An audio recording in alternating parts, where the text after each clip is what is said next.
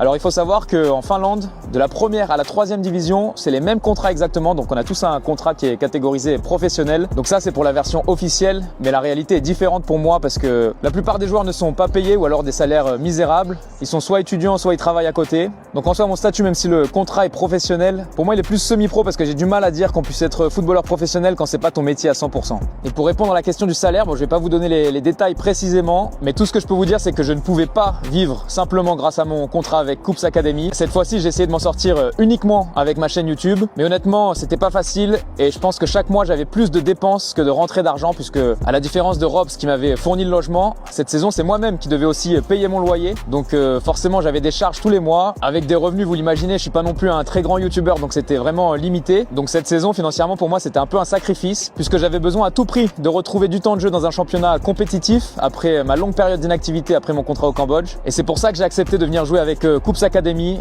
même si financièrement, c'était pas du tout un deal intéressant pour moi, vous l'avez compris maintenant. Alors il faut